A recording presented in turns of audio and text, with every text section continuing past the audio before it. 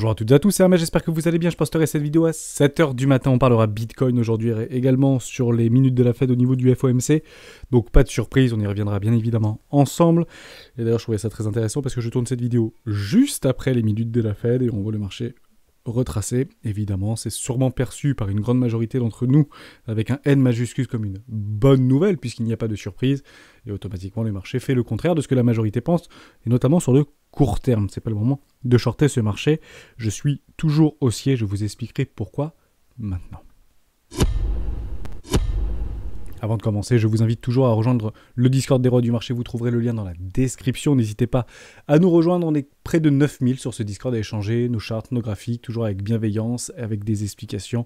Donc n'hésitez pas, si vous venez d'arriver sur les marchés crypto ou les marchés plus traditionnels, mais on est plutôt en direction des marchés crypto sur le Discord, n'hésitez pas à venir y faire une petit tour et vous y retrouverez également dans l'onglet documentation beaucoup de choses que vous pouvez utiliser pour éventuellement apprendre à mieux appréhender les marchés financiers, notamment les marchés des cryptoactifs, et une stratégie que je vous offre gratuitement qui s'appelle la stratégie des 4 rois, que j'utilise personnellement depuis plusieurs années, qui m'offre d'excellents résultats, que ce soit sur le court, moyen, long terme, même si je suis personnellement plutôt investisseur moyen, long terme, voire très long terme. C'est une dizaine de pages extrêmement facile à lire, extrêmement facile à appréhender.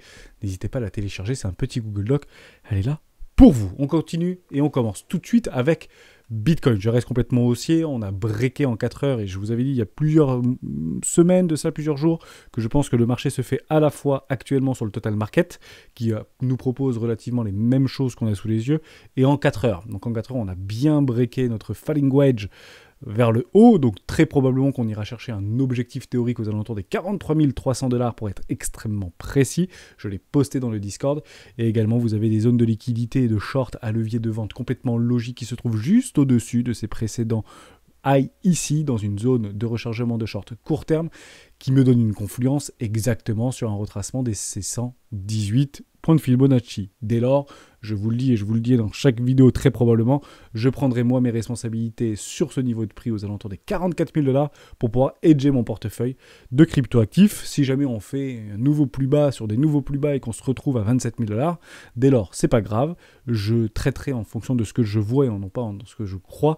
Dès lors, je rachèterai du Bitcoin à partir aux alentours des 28 000 $. À partir des 28 000 $, je rachèterai très massivement du Bitcoin parce que il me reste énormément de cash. Donc je conserve cette charte, tant que ça n'a pas bougé et tant que je suis toujours dans mon scénario, je le conserve. Je vous target dans les prochains jours un Bitcoin à 44 000 $ et un short squeeze. Pourquoi en fait j'ai ce mot à la bouche depuis plusieurs vignettes, depuis plusieurs jours, etc. Et après, on fera un tout petit tour sur la Fed et sur aussi une vidéo que j'aimerais vous montrer de monnaie radar. Je vous mettrai le lien dans la description. Mais j'aimerais vraiment vous montrer ces open interest. Actuellement, donc je vais sur ce site-là, c'est Coinalyse, on l'utilise très régulièrement chez les rois, donc n'hésitez pas à aller y faire un petit tour. Vous l'avez, on l'aborde beaucoup dans les vidéos des rois du Bitcoin. Je trouve ce site extrêmement pertinent. Je pense que les datas sont plutôt bien représentées. Actuellement, au niveau des open interest, on est à peu près sur Bitcoin sur 12 milliards de dollars sur l'ensemble des exchanges les plus liquides, donc les plus gros exchanges. FTX, Binance, Bybit, Bittrex, Bitfinex, etc. Bon, OKEx, etc. À peu près 12 milliards de dollars en leverage, en open interest sur Bitcoin, soit 300 000 Bitcoin environ. Sachez aussi qu'il y a 2,5 millions de Bitcoin actuellement sur les échangeurs. Et pour pouvoir initier des leviers d'achat ou de vente à découvert, il faut qu'on soit sur les échangeurs. Vous ne pouvez pas le faire directement depuis votre cold wallet ou depuis un wallet physique, évidemment. Donc, en somme, on est en train de leverager en termes d'open interest, en sachant qu'il a un petit peu diminué depuis le début du mois d'avril.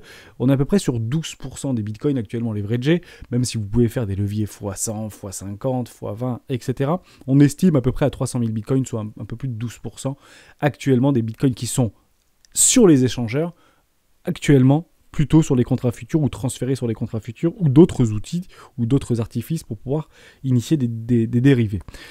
Aujourd'hui, sur les altcoins, c'est 18 milliards de dollars en open interest. Donc, en somme, c'est grosso modo 20% qu'il y a environ sur les open interest au niveau de Bitcoin. Je trouve ça intéressant de vous en parler.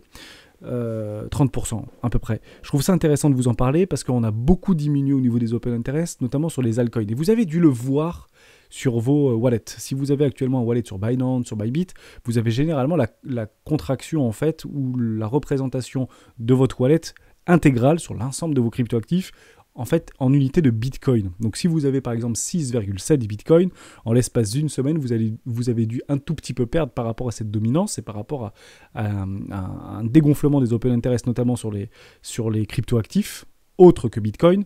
Donc vous devez être à 0,2, 0,5 Bitcoin 2 mois à peu près actuellement. Est-ce que c'est grave? Non. Ça veut dire qu'on a bien déchargé le train. Et on a eu beaucoup de commentaires dans ce sens-là, notamment sur le Discord et notamment sur YouTube. On en a beaucoup échangé avec pas mal de membres sur le Discord. Bah, c'est normal, en fait, le marché était extrêmement leveragé. Beaucoup étaient trop chauds, entre guillemets, sur les altcoins, à faire des leviers peut-être trop importants. Et ils sont tout simplement venus se faire liquider. Donc on a beaucoup dégonflé. Et maintenant, on peut repartir de plus belle. Donc ça, c'était super important. Je zoome ça parce que j'aimerais vraiment envie de vous le montrer. En somme, par rapport au précédent high ici, donc c'était les 48 000 $, vous avez en fait un funding qui est complètement décroissant. Voilà, ni plus ni moins. Funding sur l'ensemble des échangeurs, que ce soit avec Bitcoin ou en excluant Bitcoin et Ethereum, c'est décroissant, funding décroissant. Le funding sur FTX est extrêmement décroissant, et notamment sur Bitcoin, évidemment. Et vous avez un open interest qui a beaucoup dégonflé. On a perdu à peu près 20%, 22% à peu près au niveau des open interest, que ce soit sur l'ensemble des cryptoactifs hors Ethereum ou directement sur l'ensemble des cryptoactifs avec Bitcoin, bien sûr. Donc dès lors, pour moi, il y a majoritairement de personnes qui sont agressivement en levier de vente à découvert sur ce marché depuis les 48 000 $. Ils ne se sont jamais fait inquiéter. Pourquoi ils ne se sont jamais fait inquiéter, ces gens-là qui étaient en train de shorter ce marché? C'est extrêmement simple. On va prendre un autre... Voilà, on va prendre ça, c'est très bien, c'est vide. Bah en fait, en réalité, si on passe en 4 heures, parce que c'est une time frame sur du court terme qui est bien représentative, en fait, on n'est jamais venu chercher le premier arrêt. À aucun moment, on est venu casser le premier arrêt par rapport à tout ce retracement depuis le début. On n'est jamais venu chercher les 3,82. Ici, on n'est pas venu chercher les 3,82. Ici, on est juste venu chercher les 3,82 qui ont permis beaucoup de personnes qui étaient en levier de vente de recharger pour faire du continuation de tendance pour aller beaucoup plus bas. On peut faire des targets de AB égale CD. C'est pour ça qu'on peut éventuellement targeter les 33 000 $. Et je vois beaucoup de commentaires et vous avez raison. Si vous l'avez joué, soyez vigilants. Bien évidemment, vous sortez à break-even, vous n'attendez pas en fait de vous faire exploser beaucoup plus haut parce que c'est très probable que si on vient casser le premier arrêt, on irait très certainement dans une zone de rechargement de vente logique, dans un trou au niveau du volume profile. Il est très représentatif, c'est très important. Il est très probable que le cours vienne sur les 45 000 $, tôt ou tard, dans ce nouveau entre guillemets petit rallye haussier qu'on attend et que je vois arriver. Pourquoi? Parce que trop de vendeurs à découvert actuellement sur ce marché. Ni plus, ni moins. Et on n'est jamais venu, entre guillemets, remettre en cause cette dynamique. Si on vient clôturer le Bitcoin, donc dans la soirée, là, donc on l'observera ensemble demain matin, à 39 173 $, nous aurons un petit W en daily qui pourra en fait nous donner un tout petit rallye haussier. Première étape, premier arrêt, 41 500 $. Il y a des poches de liquidité actuellement de vente. Vous le voyez sur Kingfisher, on le partage très régulièrement sur le Discord aux alentours des 41 500 $. Et ensuite, si on vient le breaker, on ira chercher des poches de liquidité de short complètement logiques au-dessus du premier arrêt précédent par rapport à ce retracement. Ici, on viendra les dégommer pour nous donner une petite impulsion pour faire un petit tour dans une zone de rechargement de vente logique. Ça ne voudra pas dire qu'il faudra lever les bras en ciel, malheureusement. Et ça, on le répète depuis plusieurs jours maintenant. Mais dans ce contexte court terme par rapport à ce que je vois moi du marché, non pas en ce que je crois, je pense qu'il y a beaucoup trop de vendeurs à découvert actuellement sur cette descente-là et il est très difficile et il coûterait peut-être trop cher au marché de venir break complètement vers le bas. Dès lors, si ça venait à se produire, ce serait pas bon. Et je vais vous montrer en fait quelque chose de très intéressant par rapport au S&P 500 qui en fait pourrait nous donner cette sensation-là. Ça pourrait nous donner cette sensation-là, mais on le voit depuis plusieurs jours, Bitcoin fait possiblement un petit peu cavé à l'essiole. Pourquoi? Parce que S&P 500 et Nasdaq ont cassé leur précédent lot, donc ça reviendrait exactement au même que actuellement Bitcoin naviguerait très probablement aux alentours des 32 000, 33 000 $. C'est pas le cas. Donc Bitcoin est beaucoup plus résilient que les valeurs technologiques ou les valeurs plus traditionnelles. Ça, c'est un point extrêmement positif. Ce qui me tend à croire qu'on devrait avoir ce petit mouvement haussier parce que, encore une fois, relativement leveragé, notamment sur Bitcoin, on devrait avoir ce petit mouvement haussier pour aller faire un petit short squeeze. Ça, je trouvais ça extrêmement intéressant de vous en parler. Donc, je conserve mon cerveau depuis quelques jours. Aucun souci avec ça. On le conserve dans ce sens-là. Pourquoi je vous dis ça par rapport au S&P 500? On va y retourner au niveau du S&P 500 et on va faire une toute petite fractale assez simple. Bon. On vient de casser en fait, et on le sait, hein, on a travaillé et on est en train de travailler en dessous des précédents lots. Voilà, je vous trace un gros trait jaune. Ici, on a travaillé, on a bien réussi à rebondir. On a fait un W weekly. D'ailleurs, on est dans une zone de rechargement de vente logique. Pourquoi? Parce qu'on a cassé le premier arrêt. On se fait rejeter, on fait un nouveau lot. Ok, la dynamique est baissière. La dynamique est baissière. On n'arrive pas à retourner ce marché. Vous avez un rebond technique. Le marché peut retracer de moitié en moitié de temps. Il n'y a aucun problème avec ça. On peut retrouver un S&P 500 aux alentours des 4360 $ sans aucun souci.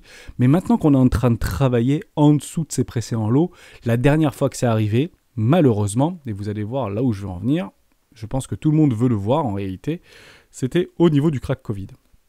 Juste ici. En fait, vous avez tous ces précédents lots, juste là, bam. Et on vient à casser ici, en dessous des précédents lots. En somme, si on doit faire une photographie, mais c'est difficile à faire dans cette forme de fractal, parce que tout est différent aujourd'hui. On est en train de remonter les taux, il y a une forte inflation, c'est pas ce qu'on voyait au niveau du Cracovie. On savait très bien qu'on allait en payer les pots cassés, on est déjà en 2022, on est plutôt bien sorti de la crise entre guillemets sanitaire, d'un point de vue économique, social, sociétal, mais de façade. Après, je ne rentrerai pas dans l'hyper détail, et on a des croyances et des lectures qu'on peut avoir différentes les unes des autres. Je ne rentrerai pas dans ces croyances-là, c'est juste qu'en fait, j'essaie juste de reproduire et de photographier des fractales qui peuvent se reproduire. Donc pour moi, on pourrait très bien actuellement se retrouver ici. Dès lors, tout le monde le voit. Tout le monde voit cette chose-là. On est juste ici, ok, on a une fractale, ici, ici. On descend de combien derrière pour aller en fait flush ce marché? Les pourcentages sont importants. D'accord? Donc on va se reprendre exactement ici et on va descendre un peu, moins 23%. Dès lors, si on a un crack ou un black swan, dans une continuation de capitulation, on pourrait redescendre à peu près de 20-23%. On va regarder ce que c'est exactement 20-23% par rapport à cette ligne jaune ici. On descend 23% à peu près. Hop, juste ici. 3200 points, on arrondit prix psychologique ou point psychologique, 3000 points. Mais qu'est-ce que c'est en fait ces 3000 points? Je ne sais pas si vous vous en souvenez, on en avait déjà discuté ensemble précédemment dans une des vidéos et dans plusieurs vidéos des rois du Bitcoin. C'est exactement ceci. Je vous le prends ici, je vous montre mon Fibo et on se met à 0 parce que tout vaut probablement 0 et notamment le S&P 500. Alors c'était quelques points en fait à l'époque du S&P 500, mais regardez ce que c'est exactement 3000 points. C'est le premier arrêt. Voilà, on serait exactement en train de travailler le premier arrêt si on voit une accélération baissière. C'est exactement ce qui s'est passé sur Amazon. Je vous avais dit que si on perdait ces précédents lots, le plus probable, si on clôturait en mensuel ou en weekly en dessous de ces précédents lots-là, on aurait un M-top en weekly. La direction la plus probable, malgré un rebond technique probable, c'est d'aller chercher un premier arrêt. Si S&P se retrouve à 3000 points, Bitcoin se retrouvera très probablement en dessous des 39 000 $. Voilà. Et j'ai l'impression que, 1, beaucoup le veulent, ce qui est bizarre, et 2, beaucoup l'attendent. Ce qui est encore plus bizarre. En somme, on est en train de garder beaucoup de cash pour éventuellement rechercher très fortement ici. Et le marché, en fait, se nourrit de ça, de ces émotions-là, de ce sentiment-là, pour faire généralement le contraire de ce que la majorité pense. Pourquoi je pense que beaucoup attendent, en fait, ce type de capitulation pour faire craquer le marché?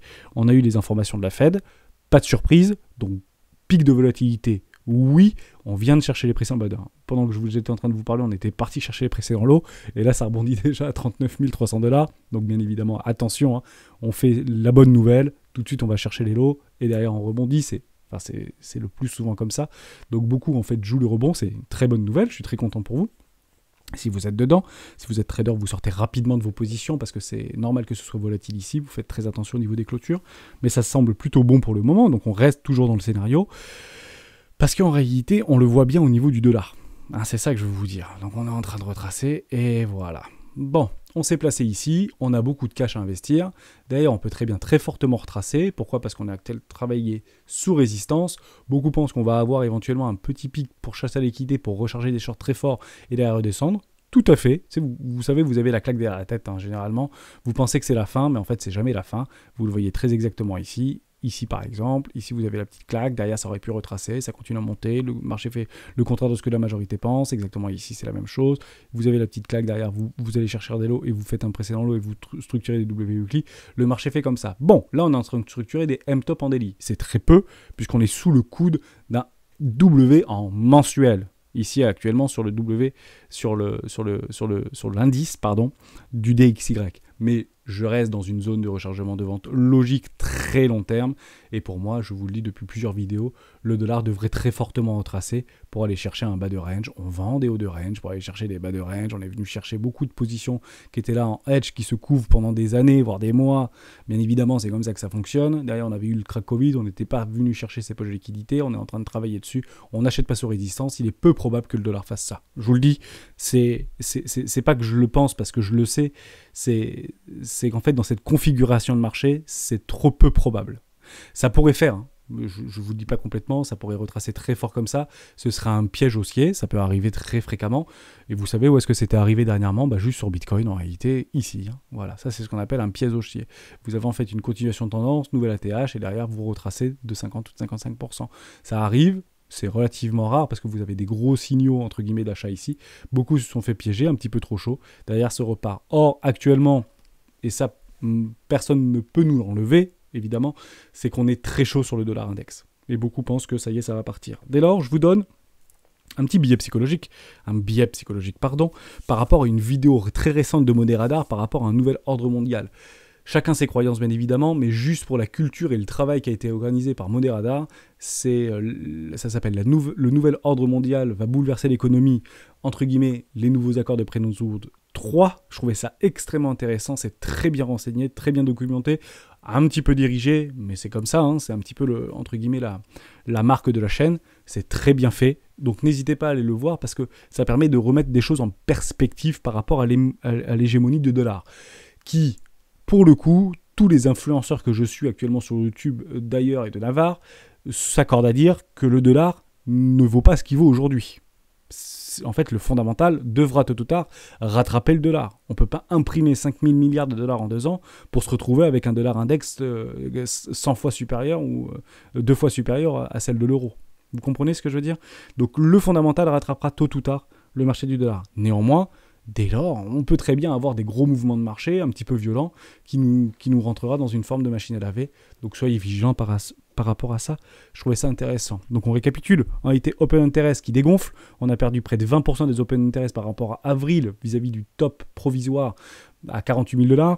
On a majoritairement pour moi des shorts en vendeurs à découvert qui se sont positionnés dans ce continuation de tendance baissière et c'est normal. Très probablement qu'on viendra les exploser. Est-ce qu'on viendra chercher une poche de liquidité en bas? Probablement pas. Pourquoi? Parce qu'il y a beaucoup d'ordres qui avaient été positionnés, je vous l'avais dit. Hein. On est en train de travailler dessus et puis là on rebondit très tranquillement. Mais peut-être qu'on viendra tout à l'heure les chercher, je ne dis pas complètement le contraire. Donc on joue tous les scénarios. On se couvrira pour les plus, entre guillemets, ceux qui ressentent le plus d'émotions, soit ils allégeront éventuellement quelques positions parce que vous êtes trop surexposés aux alentours des 42, 44, 45, 46 000 $. Donc il faudra soulager ces positions. C'est pas grave. Hein, il faut pas rester accroché à ces idées. Même si vous êtes holder long terme, posez-vous juste la question, quel serait votre état d'esprit et votre psychologie si Bitcoin, vous le voyez à 27 000 $ maintenant? Et si ça vous fait quelque chose psychologiquement, c'est que vous êtes trop exposé. Dès lors, deux possibilités. Soit vous hedgez votre position en prenant une vente à découvert, en shortant sur Bybit, sur Binance, sur Bittrex, sur Kraken, sur ce que vous voulez. Soit vous allégez vos positions, bien évidemment, dans l'idée en fait de recharger plus bas. Tôt ou tard, Bitcoin reviendra dans une zone de rechargement, de vente, d'achat logique, long terme, mais ça peut être très bien beaucoup plus tard. Mais ça tombe bien chez les rois, on a le temps. Je vous le montre en 1000, ça peut très bien faire ça et revenir dans une zone de rechargement, de vente logique. D'accord? D'achat logique, long terme, voire première classe. Il faudra tenir et pas faire FOMO. Ok, donc ça c'était super important. J'arrête là-dessus, juste deux petites news, je trouvais ça intéressant éventuellement de vous les partager. La première chose, c'était au niveau de la Fed, c'est taux directeur d'un demi-point pour un 31. Ok, BFM, c'est passé, super.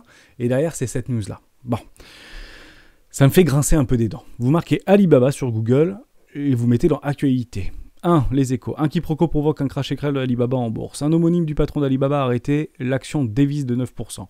Un quiproquo a coûté 26 milliards de dollars à Alibaba. Alibaba chahuté en bourse pour des informations sur le... En fait, il y a une personne aux Chine qui s'appelle Ma, ou peut-être Jack Ma, allez savoir. Et en fait, ça a été relayé extrêmement vite sur les réseaux sociaux, etc. Et ça a donné une forme de panic sell assez furtive. L'action a dévissé d'un petit peu moins de 10%. Et très très vite remonté, bien évidemment. Mais en réalité... c'est ce qu'on voit sur Internet, c'est ce qu'on voit sur Google et c'est ce que en fait les réseaux, les médias nous nourrissent de ça en permanence. Donc on est à l'affût de tout et de rien. En somme, si vous étiez majoritairement et surexposé sur Alibaba, je suis actuellement sur Alibaba, vous êtes dans une zone de rechargement d'achat très long terme, on va y venir juste après, on finira la vidéo là-dessus. Si vous tombez sur ce type de news, mais sans avoir le quiproquo, en ayant vraiment Jack Ma, entre guillemets, arrêté par la police chinoise, actuellement entendu par la police. Comment vous réagissez, vous, par rapport à l'action? En fait, vous vendez probablement au pire moment. Et vous vous dites, ça y est, c'est la fin de Alibaba, on va mourir.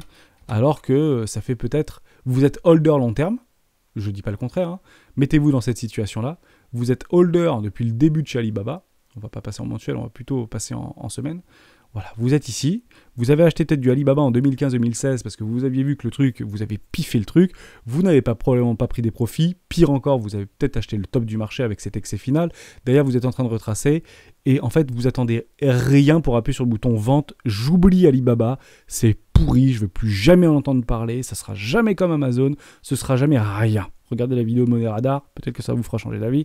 Mais techniquement, même si c'est entre guillemets très pricé par le parti chinois, actuellement ils se sont pris des milliards d'amendes pour pouvoir redistribuer aux partis, enfin aux pays et aux Chinois, etc.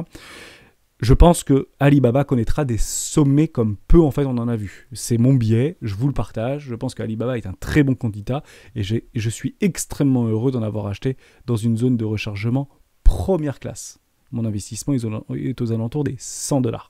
Donc je suis peut-être $110. Je suis un petit peu perdu. Mais c'est pas très grave. Je pense qu'Alibaba va très probablement demain nous proposer des choses complètement canonissimes, un petit peu à l'effigie de Amazon à son époque. Tout simplement.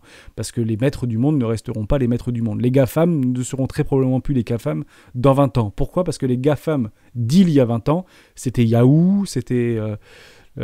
qu'est-ce que je pourrais... C'est France Télécom pour la France.